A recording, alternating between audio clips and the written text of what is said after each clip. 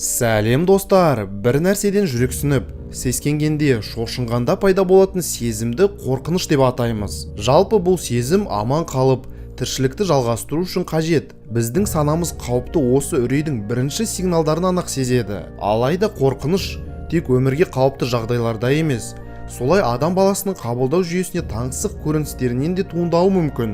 Бүгінгі топтамамыз дәл сондай бейнероликтерге арналған болады. Сіздермен бірге Puzzle арнасы назарларыңызға камера объективтеріне түскен қорқынышты сәттерді ұсынамыз.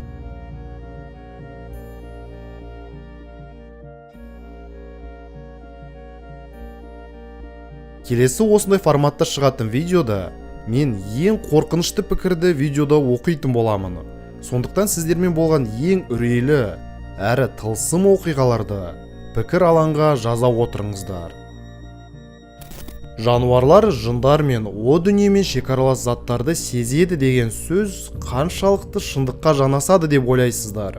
Ондайға сенбесеңіз, мына видеоға мән беріп қараңызшы.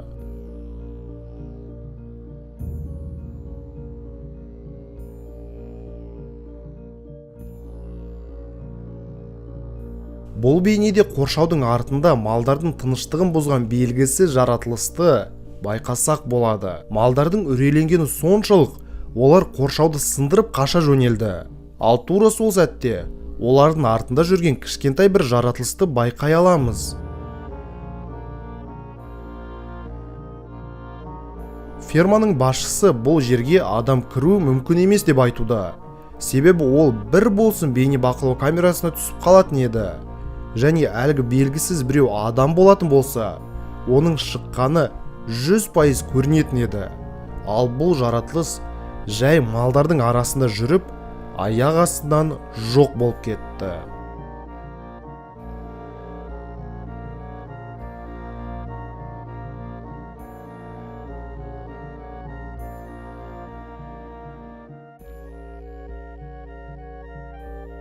Қазіргі дамыған заманда әр мамандықтың иесінде, әсіресе жеке бизнестің иелерінде, кез келген әлеуметтік желілерде өз парақшалары болады. Солай осы видеоның авторы риэлторлық кәсіп бойынша өзінің видеоларын түсіріп, сатылымдағы үйлердің бірін жұртқа көрсетуде. Видео қарапайым рум-тур жанрында басталғандай болады. Алайда бірер секундтарда болатын жағдай көптеген адамдардың зәресін алды.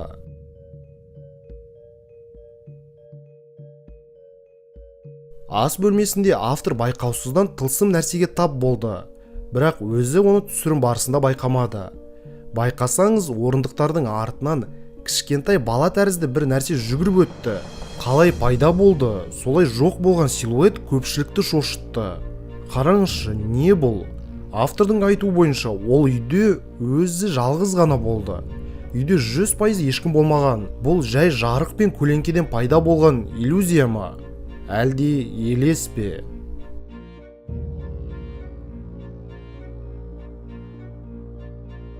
Жарайды, белгісіз тылсым заттар бізге еш зияны жоқ болып, тимей өзімен өзі жүгіріп өтсе бір сәл ғой. Бірақ кейбір жағдайларда тылсым жаратылыстар адамдарға физикалық тұрғыда байланысқа шығады екен. Мына бір жағдай қанды суытады. Ешкім жоқ қараңғы бөлмеден біреу қыздың шашын ұстап алып, жұлып алады. Әрине, бұл өтірік түсірілім де болуы мүмкін. Десек те осындай видеолар бізде қорқыныш және үрей әсерлерін екеселендіре түсетіні рас. Онсыз тыныш қараңғы бөлмелерден қорқатын біз енді осындайды көргеннен кейін қалай жүретін боламыз? Бұл әуесқой жазба TikTok желісінде пайда болып жұртты біраз шошытқан. Сіз көріп тұрған қыз өзінің туған күніне орай достарын шақырады. Достары қыздан сұхбат алғандай болып түрлі сұрақтар қойып, барлығын видеоға таспалап тұрған сәтте объективке қорқынышты дүние түсіп қалады. Бұл жерде не қорқынышты болуы мүмкін деп ойлап тұрған шығарсыз. Біріншіден, бұл кеште үйде тек қана жасөспірімдер мен бірнеше ата-анадан басқа ешкім болмаған. Сонда бұл балақай кім? Одан кейін бұл баланың жоқ болып кеткен байқадыңыз ба? Расында да бұл белгісі жағдай үрей тудырады екен. Кейінірек бұл видеоны түсірген адамдар көршілерге барып, бұл видеоға бейнеленіп қалған баланы білесіздер ме деп сұрастырады. Сөйтсе бұл үйде бұрында ішіне жын кірген бала өмір сүрген екен. Ал баланың өлімінен соң туыстары үйді сатып басқа штатқа көшіп кеткен екен. Енді осы сәтте сіздерді осы сұрақпен қалдырайын. Бұл жай сәйкестік пе? Әлде баланың елесі әлі үйде кезіп жүр ме? Қараңғылық дегенде көз алдыңызға не елестейді? Шайтандар, ібіліс пен жындар шығар. Алайда американдық саябақтардың бірінде орнатылған камера расында да қараңғылықты түсіріп алған сияқты.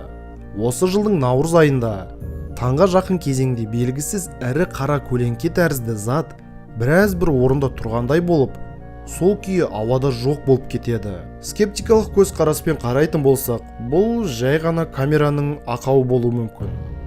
Десек те, объективтің ақауы деп айта алмайтын бір себебіміз бар. Себебі оның басқа камераларға да тура солай түскен жайы бар. Бұл белгісіз нәрсенің табиғаты мен үшін жасырын болып қалды. Ал сіздің ойыңызша бұл не?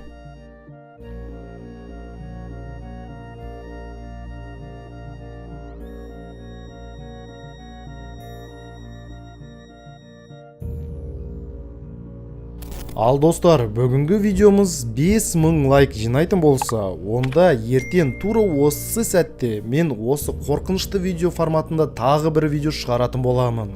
Сондықтан лайктарыңызды аямай баса отырыңыздар. Және қорқынышты пікірлеріңізді сол бейнеде оқитын боламын. Сондықтан лайк басып тіркеліңіздер. Біз 2 миллион тіркелуші санына дейін жетейін деп қалдық. Қолдап тіркеле кетіңіздер. Ал бүгін сіздермен болған мен Әділ. Бүгінге осы пазлға жазыл.